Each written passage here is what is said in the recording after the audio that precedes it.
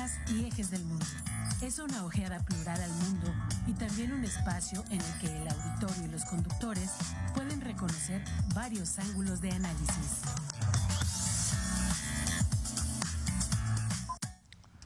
¿Qué tal? Muy buenos días. Están en su gustado programa de todos los miércoles a las 9 de la mañana, Tetras, Vidas, Vueltas y Ejes del Mundo.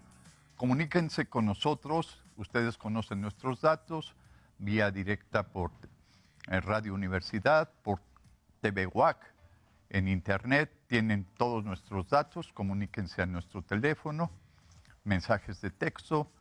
Ustedes nos conocen, ya tenemos casi 14 años. En este mes de octubre cumplimos 14 años de estar al aire. Agradecemos su atención y su comprensión a este programa.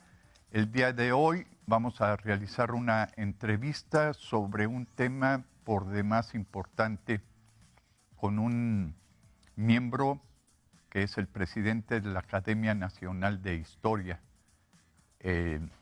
Edgardo Moreno Pérez, un gran amigo, entrañable.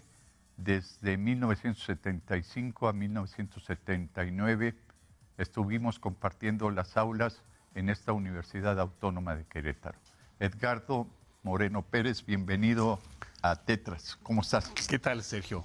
Un placer encontrarte después de tantos años. ¿Verdad? 45 y en el alma años mater, además. Sí, además. Edgardo, pues, ¿cómo está esto de la Academia Nacional de Historia? Bueno, la Academia Nacional de Historia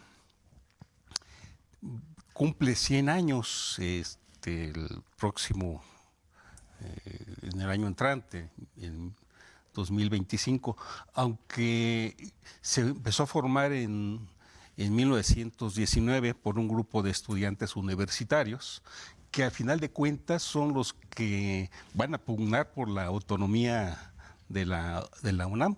Y aquí había, pues en el contexto de lo que es la época, de toda esta idea de un nacionalismo, pero también un aspecto iberoamericano, que después se va a transformar en latinoamericano. Pero en ese sentido era decir, con los que compartimos ideas, con los que compartimos una visión colonial todavía del siglo XIX, bueno, y en esa época todavía, ¿no? Y con los que compartimos una lengua, que es lo que nos lleva a pensamientos, reflexiones, visiones críticas y científicas, pues entonces decidieron los jóvenes hacer esa academia y desde luego tutelada como hasta ahora por la Universidad Nacional Autónoma de México. Y el rector en turno pues es el presidente honorario de la academia, y se hace un evento cada vez que se renuevan las mesas directivas. En 2018 se instauró en Querétaro una filial, como hay otras muchas en países latinoamericanos y mexicanos, y la idea era precisamente seguir el espíritu de esta academia, con toda la ideología renovada, toda la visión contemporánea, pero siguiendo hilos conductores de aquella filosofía del conocimiento, de abrir hacia una visión interdisciplinaria y desde luego esto que tuviera una repercusión no solamente en la universidad, sino la idea era de lo que está fuera de la competencia académica o de las aulas universitarias, que también el conjunto de población pues se acercara a través de esta academia que genera pues congresos, conferencias, libros, actividades artísticas y científicas, y este es como la base de lo que es la Academia Nacional de Historia y Geografía.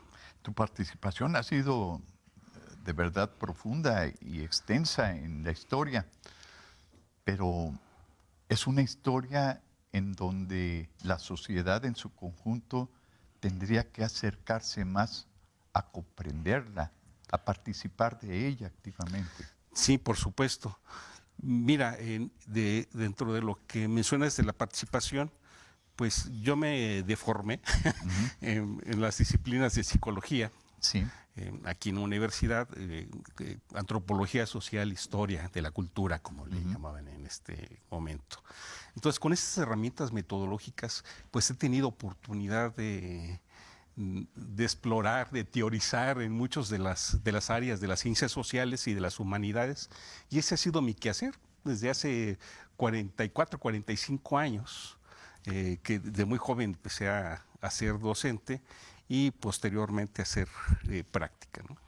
Uno piensa que la historia es solamente la recuperación de hechos, el comentarlos, el describirlos y solamente describirlos sin que uno esté implicado en los hechos, en los acontecimientos. Sin embargo, cuando tú hablas de las metodologías que la historia puede recurrir a ellas para plantear todo lo que significa la vida en su conjunto, debe de ser algo maravilloso, ¿no? Plasmarlo y que otros se acerquen a ello para tener un recorte de la realidad más clara, más objetiva, más Sí. concreta. Claro, yo creo que de eso se trata siempre, abordarla con pensamiento crítico, ¿no? De cualquier disciplina. Lo que pasa es que parcelamos la información, la educación. A mí me tocó, y igual pudo haber sido tu caso antes de las aulas universitarias y sobre todo el momento histórico que nos tocó vivir Sí. en la facultad. Estábamos educados en un conocimiento enciclopédico, ¿sí? O sea, lo que sabías lo repetías y eso el maestro le gustaba. Sí, sí. O el libro de cabecera, pues ahí Sí. estaba, ¿no? Entonces había que repasarlo. Entonces, ese parcelamiento de decir, esto es solamente historia, con los conceptos de estas épocas, esto es sociología, esto es antropología y demás, pues tienen todos vasos comunicantes, desde luego, incluso con las ciencias exactas, ¿no? Y las biológicas. Pero el caso de ver la historia con una visión contemporánea, pues no corresponde a la del siglo XIX y sin embargo la seguimos regurgitando, ¿verdad? Porque la historia, pues, ¿cuál sería el fin? Pues yo me pongo a pensar de aquellos grupos humanos donde el más viejo les contaba cuál era el origen, los linajes de la etnia, y a través de relatos de tradición oral, pues iban armando estos procesos sociales y de identidades de etnia, ¿no? El caso es que siempre obedeció a poderes, ¿sí? La historia por encargo, para que me dores que yo soy parte de este proceso, ¿sí? O sea, y lo vimos en pues todo el siglo XX, ¿no? O sea, siempre los colores tricolores eran los que venían como un proceso histórico hasta ahorita, ¿no? Toda Sí. la visión social, de desarrollo, de democracia, pues estaba ahí. O sea, no deja de ser un discurso nada más, pero realmente, ¿qué había en ese proceso? Yo trabajo sobre la historia social, la historia de todos nosotros, los barrios, los mercados, las colonias, los grupos migrantes, las nuevas alteridades que vamos construyendo y también pues todo lo que tiene que ver fuera con grupos marginales que están fuera precisamente de esos contextos, de estos libros y de estos discursos, como movimientos sociales universitarios, movimientos sociales sindicalistas, movimientos de grupos de comunas. Y esa es la otra alternativa de la visión histórica marginal que se ha dejado fuera de esta historia oficial. Y regularmente a veces seguimos con esta visión de los héroes, ¿no? Con letras doradas y monumentos, y esto pues nos pueden referir ese pasado, un pasado glorioso, pero no lo deja de ser también una construcción ideológica y una construcción que sirve para algo. Y regularmente son los poderes ya determinados, ¿no?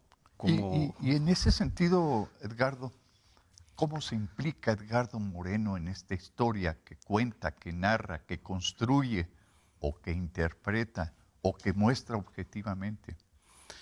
Bueno, por ejemplo, tú dices, yo me remontaría a Herodoto o a Tucídides, en donde lo que narran, lo que plantean Sí. son formas distintas de hacer Sí, historia, o Bernal Díaz del Castillo y Ginés de Sepúlveda, ¿no? por supuesto. Yo te hablaba de los linajes, de los viejos en las comunidades, en los pueblos agrícolas mesoamericanos y después, ¿no? Hasta la fecha todavía existe en Oaxaca, en Chiapas, en una parte de la Huasteca, esa tradición del viejo narrador, ¿no? Ajá. De historias.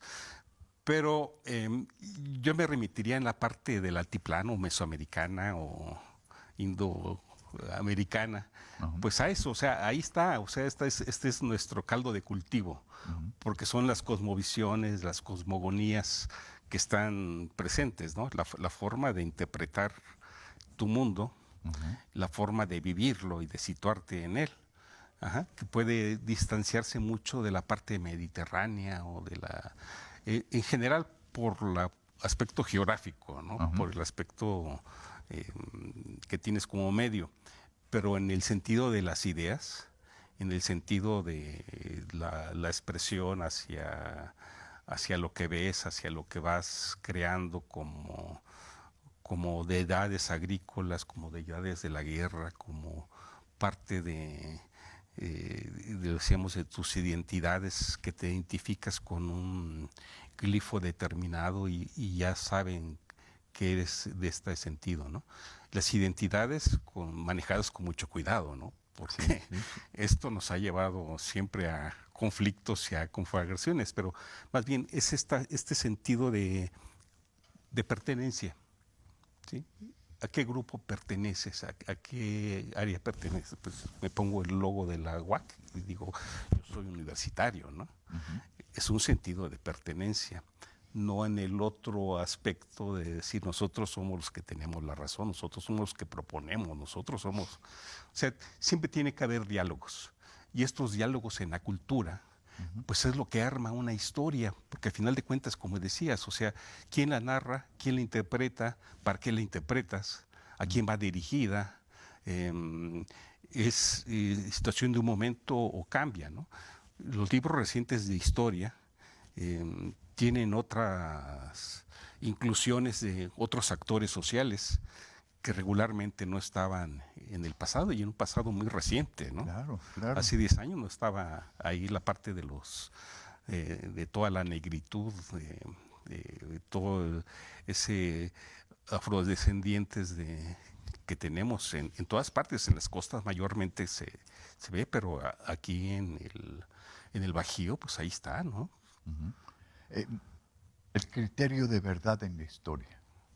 ¿Qué me puede decir Edgardo Moreno sobre ese criterio de verdad? Yo, por ejemplo, me remontaría a un texto de Adam Schaff, Historia y Verdad, buscando un criterio de conocimiento y de un conocimiento racional, científico. Sí, bueno, yo me formé en la historia de la cultura con los annales franceses, o sea, Le Bon, Lefebvre. Ya pasaron de moda, ¿no? Y después en antropología con Levi Strauss. Me llama la atención que digas eso, pasaron de moda. Es que ya, de hecho, el pensamiento ahí está, ¿sí? Pero ya no aplica a un mundo del 2021, ¿no? O 2024. Porque cambiaron las circunstancias. Ellos vienen de la posguerra, ¿sí? Donde vuelven otra vez a hacer un revisionismo, de eso los acusan, de que es un revisionismo histórico, pero encuentran otros aspectos. Y ese es uno de las primeras premisas que ponen, decir, hay una verdad histórica y teorizas sobre eso. Y dices, Pero pues no cuando puede el haber historiador teoriza sobre su experiencia. sobre la experiencia y sobre lo que tienes de conocimiento. Ajá. Porque puedes igual estar en el archivo histórico, en trabajos de documentos, y tienes un documento determinado, pero no conoces otros tres que pueden ser complementarios de esta situación. Ahí lo más honesto profesionalmente es decir, exploré de tal a tal año, ¿sí? Y esta es mi visión. Faltaría agregar trabajo o que alguien más lo haga, porque esos son trabajos de largo aliento, ¿verdad? O sea, es cuando te enfrentas a un documento, a un archivo histórico, la verdad, pues, siempre tienes esa ansiedad de saber más, de ver más, de interpretar más, de conocer esta sociedad, ¿no?, que te está hablando a través de un documento. Pero no tenemos el tiempo, no tenemos la vida para ver todo eso, esa situación. ¿No podemos hablar de la historia así en Podemos, abstracto? lo que sea como diálogos con otras disciplinas o entre pares, pues se podría armar precisamente una visión más cercana a un suceso, a un hecho, a una formación hasta ideológica, ¿no? Cómo nacieron las ideologías o en qué momento se llamaron así, ¿no? O sea, y no es muy lejano, ¿no? O sea, nos vamos a Hegel y a la parte marxista y demás. Todavía no está asentado este aspecto. Y son revolucionarios en el pensamiento, ¿no?, y en la acción social. Se va conformando conforme la historia se va haciendo una disciplina científica, porque anteriormente la historia, bueno, y todavía, ¿no?, la historia no es como el contable, que tiene que tener un título, como el doctor, como el psicólogo, un abogado. Regularmente en Querétaro hemos tenido ese tipo de perfil de historiador, que alguien fuera del contexto de formación académica, pues sea el cronista, sea el que te hable de la historia, que te recuerde cosas del pasado. Y aquí hago un paréntesis. La historia no es eso, no es como recordar lo bello, lo bonito, lo que fuimos, ¿no? Es una posibilidad de entender la sociedad, incluso hasta de entenderte tú mismo, ¿no? O sea, sí. ¿por qué soy del barrio de los encueraditos o por qué soy del barrio de los ombligos de lodo, ¿no? O sea, pues bueno, pues ahí está lo que dijeron los abuelos, ¿no? Y así nos llamaron en cierto momento. O sea, ahí se liga lo que te decía de la identidad, pero ¿esa es la historia de Querétaro? Pues claro que no. Sí. Es una visión, y es una visión que muchas veces no tiene un sustento, porque se repite y se repite, y hay lugares comunes que nos llevan siempre a esa situación. Y entonces, entre la anécdota y la leyenda, pues hemos armado como parte de lo que es el devenir de Querétaro. Pero ¿dónde están los otros grupos, los que han quedado fuera de ahí, los que tienen voz o posibilidades de tenerla, pero no tienen el medio para expresarlo, ¿no? Y si yo le pregunto a Edgardo Moreno, ¿cómo distingue las distintas vertientes o vetas de su narración histórica o de su comprensión antropológica, social, de nuestra cultura? ¿Qué nos diría Edgardo? Porque me estás hablando de una visión interdisciplinaria, claro, que no es tan fácil alcanzar. No, por supuesto que no. Cada uno tiene sus propios sesgos. Sí. Algún abuelito me decía sus propias taras. Y cuando uno tiene sus propias taras, es necio y terco con esa visión. Por supuesto. Sí, habíamos hablado de tener un método. Y ese método, pues el método científico, ¿no? Y el método científico te va a llevar a una, más o menos, la claridad de tu proceso, hacia dónde quieres ir, cuál va a ser las acotaciones, los límites, y finalmente cuáles serían tus grupos de estudio o tus documentos, acervos que vas a determinar. Cuando yo me enfrento para determinar cuál es cuál, pues a veces se da, ¿sí? Yo siempre a mis alumnos, a mis colegas de estas áreas, hemos platicado sobre alentar la interdisciplina. Ahorita sí de pronto me acuerdo de un cuentecillo de un matemático inglés, que se me va ahorita el nombre, que hace Planinlandia. Ujú. O sea, todos piensan que el mundo es un punto y listo, ¿no? Pero en ese mismo mundo alguien le dice, pues aquí hay otro punto y puedes hacer una línea recta. Y se puede crear un cuadrado. Y entonces geométricamente está diseñado en tu cerebro, en tu visión, que eso es tu mundo. Pero llega de otra parte, de otra dimensión, y dice, no, mira, si le agregas otras líneas, tienes un fondo, y haces cubos, y haces prismas, y haces otra cosa. Y así, ¿no? Uh-huh. O sea, la interpretación es objetiva en cierto momento por lo que tienes, por lo que ves, por lo que sabes. Pero si tienes otras visiones y abres esa mente, de pronto te encuentras con más posibilidades de explorar. Ese es lo bello de las ciencias sociales. Uh-huh. O sea, que no te determina una única verdad y que es la única, ¿no?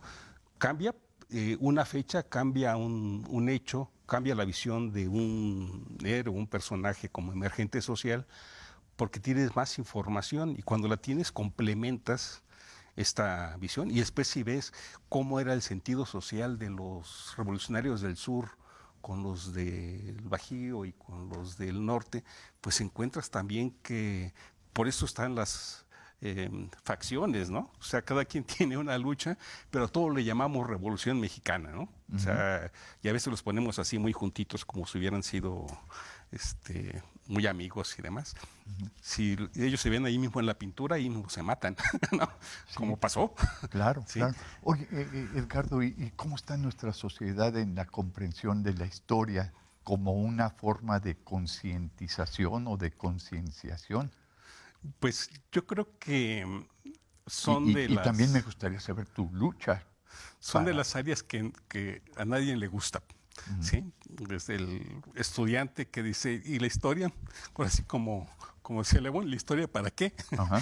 ¿Ah? O sea, ¿para qué nos sirve la historia si ya pasó? Es un hecho pasado. Uh-huh. Vamos a hablar de las cosas pasadas. Porque teníamos esta visión decimonónica, ¿no? Uh-huh. No, o sea, la historia es vigencia, la historia es presente, la historia te dice quién eres. Es como nuestra historia familiar, uh-huh. O como cuando haces un expediente. O un expediente clínico, ¿no? Uh-huh. Preguntas generales y conforme va viendo las consultas, de pronto encuentras que ya hay un historial para interpretar sobre ciertos aspectos, ¿no? Entonces, siempre estamos ayudados por esa parte de la memoria, ya sea en un sentido oral o ya sea en un sentido escrito o documental, ¿no? O lapidario, o de monumento, porque también te refiere cuáles serían los héroes que cada grupo social determinó como parte esencial de su visión ideológica política, ¿no? ¿Hay pugnas entre los historiadores? Sí, por supuesto. Hay pugnas y posicionamientos ideológicos. Por supuesto, sí. Confrontaciones políticas. Sí, claro, sí. Convencionalismos económicos. También, o sea, yo creo que para muchos esta es una parte importante y mejor no hagas olas porque... Ajá, o sea, sí, pues es como ser el disidente siempre, pero siempre es el marginal, ¿no? Uh-huh. O sea, no estás en el gran proyecto del gran libro, ¿no? Ajá. Sí, o de la convidación a los grandes congresos, ¿no? O sea, siempre estás aparte porque solamente que sea muy abierto y a veces está en el extranjero, pues es cuando... ¿Cómo llevar la narrativa del historiador sobre lo antropológico, sobre lo social, sobre lo político? ¿Cómo llevar de la narración, del discurso, a lo conceptual de la historia, como la historia universal o la historia nacional o la historia del pueblo o de los pueblos o la historia del barrio, en donde veo que participas activamente, ¿no? Sí, claro, sí. Yo creo que en principio una de las visiones muy claras es justamente determinar el perfil, para quién va a ser el trabajo, em, si es un trabajo que va a ser pagado por quién, cuál es la ¿Eso línea cuenta? que te están. Sí, por supuesto, porque te están determinando ciertas cosas. Y eso es si quieres entrar al proyecto o no. ¿Verdad? Yo regularmente siempre selecciono mis proyectos, tanto académicos o con colaboración con universidades. He tenido ese privilegio de decir, pues sí necesito el dinero, claro que sí, Sí. ¿no? O la sobadita miego, por supuesto, pero el caso es que no comparto la línea editorial que estás imponiendo, ¿no? ¿Todo hecho histórico tiene repercusiones éticas, políticas? Sí, yo creo que sí, cuando tienes una conciencia, cuando no ni cuenta te das, ¿no? Pero el otro sentido que me preguntabas, ¿cómo se arma todo este aspecto? Decíamos al principio que siempre es una construcción que vas desarrollando con la visión muy clara de esa metodología que te sustenta. Pero ¿cuál es esa metodología? Tú me dices el método científico, pero es distinto el método científico de las ciencias naturales al de las ciencias sociales. Sí, por supuesto, sí. Sí, claro. ¿Sí? Sí, porque tú tienes otros objetivos de búsqueda, pero al final de cuentas siempre vas a partir de una pregunta, ¿sí? La pregunta te va a llevar a un conocimiento. Sin Y la preguntas no hay clase respuestas. y la calidad de preguntas es lo que te va a hacer más asertivo, que puede cambiar en el camino, ¿eh? Pero eso te va a dar asertividad, desde luego. Sí, Edgardo, eso me parece muy importante. Por ejemplo, yo escucho hablar de etnometodología, etnohistoria, la etnografía. Entonces, todas estas metodologías propias de la historia o las ciencias sociales, la investigación-acción, te llevan a tener una concepción, disculpa el término, una concepción de la historia en donde se implique el historiador. Sí, sí, por supuesto. Te comentaba que no puedes tener una visión absoluta de algo. Tienes una visión de lo que, incluso de lo que te interesa, o de lo que decíamos ideológicamente en tu formación o en tu tendencia o en tu preferencia está, ¿no? Pero cuando compartes, por eso también te comentaba de los diálogos, cuando tienes diálogos con otras áreas de las ciencias sociales, por ejemplo, pues siempre se enriquece, ¿sí? Y también te comentaba, no puedes abarcar todo porque no tendrías nada, ¿sí? Habrá que compartir trabajos, visiones para un proyecto, por ejemplo. ¿Hay que trabajar solo o trabajar interdisciplinario? No, siempre trabajar interdisciplinariamente y en grupo. Bueno, vamos a un mensaje para la identificación del programa y regresamos. Quisiera comprometerte un poco en el ámbito político y cultural, Edgardo. Regresamos. Bueno.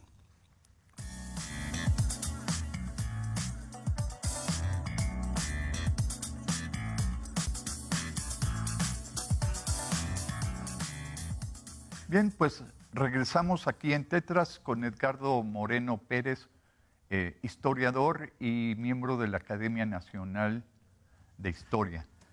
Edgardo, te decía que quisiera un poco meter pues la aguja para ver si saco hebra de estas pugnas que se están dando en el ámbito político nacional, bueno, por decirlo, nacional, pero es en el mundo donde se dan global. una diversidad de pugnas políticas y en donde pareciera ser que uno de los actores principales para narrar acontecimientos, hechos, confrontaciones políticas, evidencias de lo antropológico, de lo social, de lo cultural, es el discurso periodista, diría Nietzsche. ¿Por qué dejar ese terreno al periodismo cuando los historiadores tienen otra formación, otra concepción del mundo que podría acercar más a la sociedad en su conjunto, más allá de los estratos, más allá de las clases sociales, podría acercarlos más a una comprensión del mundo que sí les permitiera tener una participación política e ideológica sin temores, sin pena? Más plena, claro. Bueno, la, la, tengo el balón en mi mano, en mi poder, y fíjate que esta parte contemporánea, por eso te decía que la visión de los franceses o de las escuelas diferentes de historia, pues cambió, ¿no? Sí. Porque si ya viviendo este siglo de comunicación o de descomunicación, pues tienes información inmediata y no siempre es una información que es verdadera, es manipuladora. Sí. Manipuladora para el consumo, manipuladora para la ideología, manipuladora para que tomes un cierto partido con algunos sesgos, incluso lo que podía ser un periodismo más crítico, más de vanguardia, también, o sea, también interviene la parte humana, la parte de tu preferencia ideológica, o la parte de tu visión, o de dónde te encuentras ubicado dentro de estos grupos sociales que están como actores, ¿no? El caso es que, por ejemplo, el periodismo del siglo XIX y algunos del XX pueden ser fuentes históricas, no como parte de una realidad, es como la visión que se daba a la opinión pública. Entonces, cómo se creaba opinión pública a través del periodismo. Y también pues habría periodistas o periódicos que durarían poco tiempo, que les quemaban sus redacciones o sus imprentas, como a los Magón, o los persiguieron siempre, y así otros, ¿no? El Machete, el Aguizote, todos estos periódicos que tuvieron partes efímeras o que fueron cambiando de visiones, que eran más o menos unos cuantos números los que salían, ¿no? Sí. El inconsciente, praxis en psicología. Sí. La idea es que es un referente, eso no es la verdad, es la visión de alguien que está en ese caldo de cultivo, que a veces es como la conversación que te decía hace rato con un personaje que vivió esa época y que te puede referenciar. En la actualidad, si vemos cuál es la historia de México en lo que va del siglo XXI, pues tendremos diferentes aspectos, ¿no? México como país violento, México como un país de crimen organizado, México como un país antidemocrático, México como tal. Eso realmente pues es una visión que sirve para algo, pero la visión de la gente, de los que vivimos, de los que estamos en todo este tejido social, pues tienes tu trabajo, tu ocupación, tu oficio, tus horas laborales, etcétera. O sea, realmente la tendencia es crearte una visión de lo que es noticia. Y si uno prende las noticias, ahorita no lo vayan a cambiar, en otro canal lo que vas a encontrar es que alguien se inundó, alguien está encharcado, mataron a no sé qué cuántas personas, etcétera, ¿no? Entonces, como que esa es la comida del desayuno, la parte de que te vas a acostar con toda una serie de imágenes, ¿no? La ansiedad, el estrés, tú lo sabes, son los problemas psicológicos que tenemos en la actualidad, ¿no? Sí. No solamente del periodo que vivimos de la epidemia, sino que viene precisamente conformado por estos medios de comunicación que nos han ejercido este poder de manipulación. Las noticias o los programas críticos regularmente ves que ese sentido de opinión es una opinión sesgada, ¿no? Si tienes una idea no más clara, sino sentido común, dices, pues ya sabes quién le pagó o quién está patrocinando su discurso, su periódico, su página editorial, ¿no? Sí. Ese es el aspecto. Pero, ahora, como nosotros, como personas de esta sociedad sin cargos políticos, sin una referencia de tener poder o dárselo a alguien, etcétera, como ciudadanos de pie, como podríamos decir, pues cuál sería nuestra visión. Eso es lo importante que habría que explorar en estos tiempos tan turbulentos, precisamente por la desinformación, y crear una conciencia precisamente de análisis. Ya no la referencia que podemos solicitarle a nuestros alumnos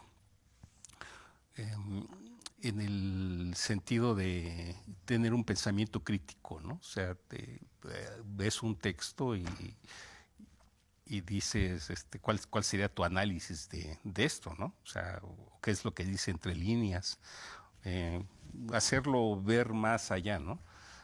Pero cuando se empieza a despertar esa conciencia, existe gente de esta gente de pie, de esta gente que está trabajando en el mercado, dice, eso no es cierto, o ¿está pasando que hay visiones dominantes de la historia, sí, del acontecer social? Sí, claro, sí. Nada es verdad, nada es mentira, todo depende del cristal con que se mira, sí, y del la historia nos del enseña, financiamiento que pero tienes. más enseña quien enseña historia. Pues es una buena reflexión. Yo creo que es dialéctico, ¿sí? Ajá. Porque tienes un sentido de que sí puede ser maestra de vida. No estoy muy de acuerdo en ese sentido, pero sí lo que nos ubica en un presente determinado, ¿no? Y la otra es que ya tienes todo un proceso dentro de este sentido y puedes darte cuenta cuáles son los sismos que están determinando ciertas visiones históricas de un sentido social, de un sentido urbano, de un sentido político, etcétera, ¿no? Entonces ahí es como complementas en parte todo este rompecabezas, ¿no? La historia se enfrenta con problemas de teoría del conocimiento. Sí, claro.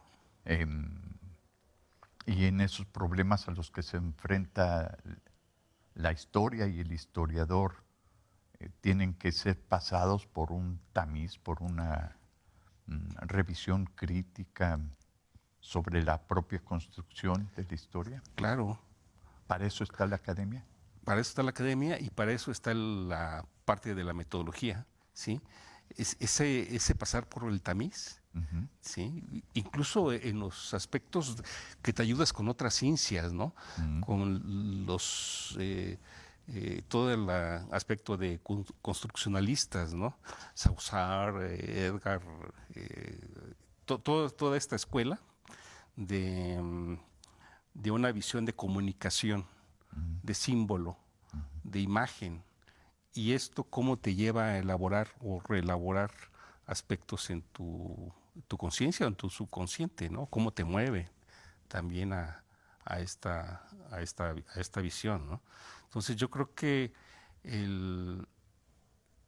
la parte más medular, pues es esa, o sea, es cómo determinas precisamente un acto como un acto fallido, como un acto que estás reelaborando con ciertas circunstancias, o cuál fue que sucedió realmente, pues en un encontronazo en la plaza con los comerciantes, en lo que pasó en Aguas Blancas, lo que pasó en Tlatelolco, etcétera. O sea, cómo te acercas a esas verdades o a ese hecho, ¿no? Hay certeza en el medio del del mensaje. hechos, sí, claro.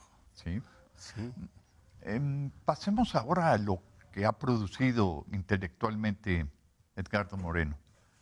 ¿Cuál sería tu más reciente publicación? Tú asesoras tesis, das seminarios, talleres a nivel nacional, internacional.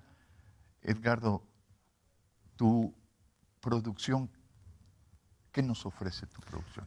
Bueno, te comentaba que mi interés, más que en los héroes de monumentos o de letras doradas, es la historia de todos nosotros. Sí. La historia de, por ejemplo, en lo que son los barrios de Querétaro, que es un estudio interdisciplinario donde utilizo precisamente estas herramientas de ciencias sociales y de humanidades, determinar cómo usamos y cómo resignificamos un espacio.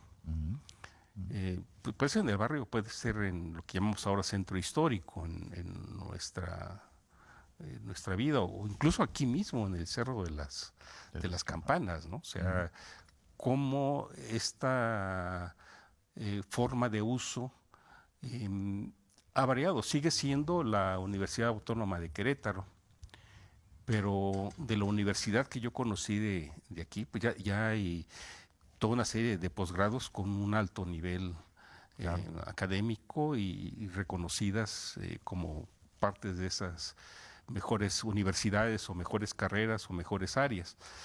Eso es la labor que se ha construido en una parte de un cerro, un montículo legendario al poniente de la ciudad, que tiene una historia referencial del fusilamiento de Maximiliano, Miramón y Mejía, y que tiene una carga también ideológica, ¿no? Claro. O sea, termina el conservadurismo o el imperialismo y viene un renacer republicano.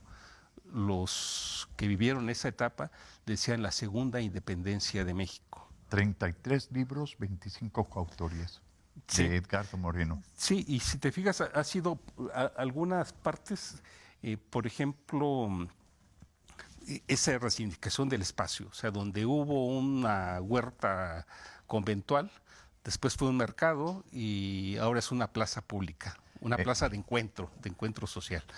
Nosotros tratamos el tema sobre gentrificación. Es importante para la historia. Por supuesto. San Francisquito. Sí. El Tepetate. Sí, porque hay intereses ajenos a una población, a su forma de ver el mundo, a su forma de vivir el espacio, que a veces no se entiende. Te estoy ofreciendo 5 millones por tu lotecito, pero pues aquí es la tierra que me heredó mi madre, ¿no? Sí, o era de mis abuelos. Aquí murieron mis ancestros.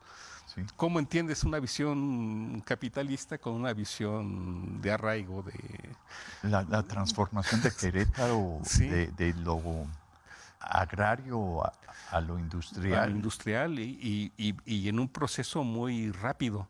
Y también el sentido migratorio, ¿sí? Ese es otro incluso aspecto. Contemporáneo. ¿Sí? Sí. Todo ese tipo de nuevas formas de vivir la ciudad, ya no de los queretanos que nacieron en Querétaro, que hemos vivido toda una parte de nuestra vida, sino de los que llegan a apropiarse de un espacio. Y cómo va a cambiar un uso de servicio que podría haber sido la casa de los abuelos o de tus padres, y de pronto, como está en el centro histórico, se convierte en un buen botín para terciarizarlo, ¿no? Ajá. Y hemos visto ya Querétaro despoblado el centro histórico, ¿sí? Y casi estamos hablando de un Querétaro como un museo al aire libre, y eso es muy malo, ¿no? Porque lo que tenemos que hacer es vivir el espacio, Claro. estar en los mercados, no en las plazas o en los grandes malls que se han hecho, sino tener esa convivencia como antes se tenía, con oficios que terminaron por extinguirse, ¿no? Con el zapatero, con el carnicero, con la señora que vendía las verduras, etcétera, ¿no? Esta convivencia familiar. Y además era una economía de grupo, de comunidad. Lo que tú le pagabas al médico por una revisión, él iba a comprar su carne, el carnicero iba a remendar sus zapatos o afilar sus cuchillos, y así, ¿no? O sea, esas famosas tiendas de conveniencia, la forma nueva de hacer negocios o de los comercios, Sí. es una forma contemporánea que ha roto precisamente estos esquemas. Edgardo, Querétaro culturalmente conservador, Querétaro cuna de la independencia, Querétaro revolucionario, Querétaro con su queretaneidad. Querétaro destino, dicen por ahí, ¿no?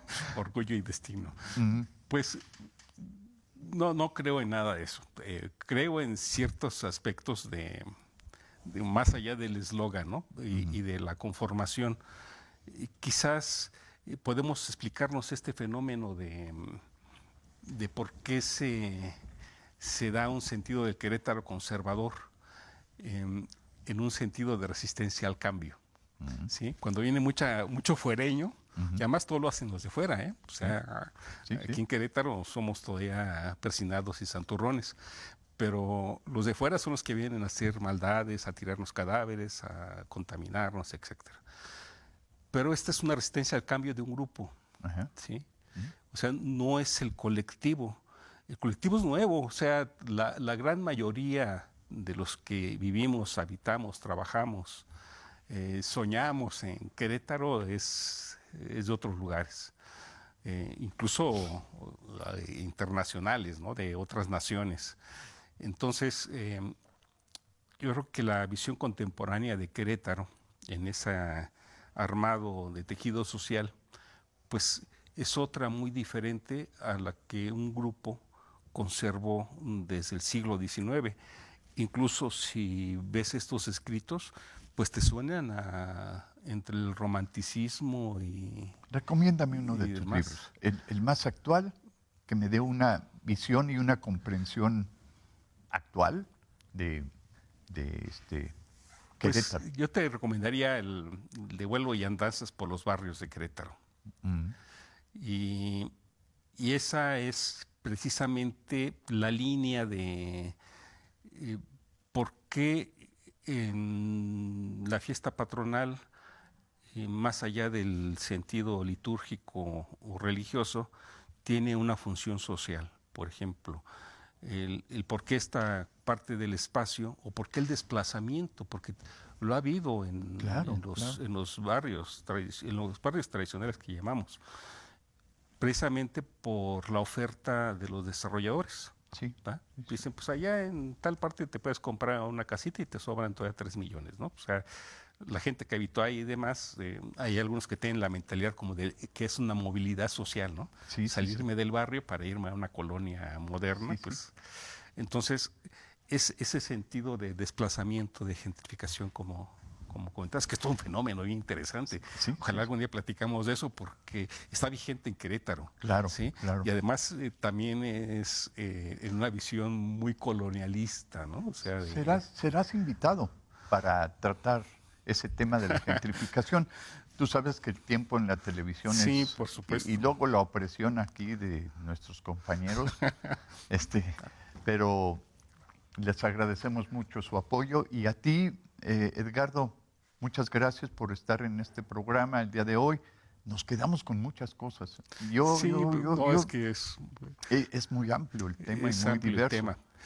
pero das muestra de que te mereces ese nombramiento de presidente de la Academia Nacional de Historia y esperemos que pronto regreses acá con nosotros y compartas todas tus vivencias, todas tus historias y las vicisitudes que tiene uno al pertenecer a una academia de esta envergadura. Claro, porque había que cambiar muchos paradigmas. La historia no es solamente una historia única, ¿no? O sea, sí, hay otras visiones que estamos dejando fuera. Entonces, ese es un trabajo importante que hay que desarrollar. El reencuentro ha sido muy agradable contigo y Sergio, nos vemos hasta pronto a todos nuestros audiencia de Tetras. Hasta pronto. Nos vemos. Gracias. Fue Tetras, vidas, vueltas y ejes del mundo. Programa que se asoma a la vida humana en sus diferentes expresiones, queretana, nacional o mundial. Una producción de TV UAC y XHUAQ Radio Universidad. Gracias por acompañarnos.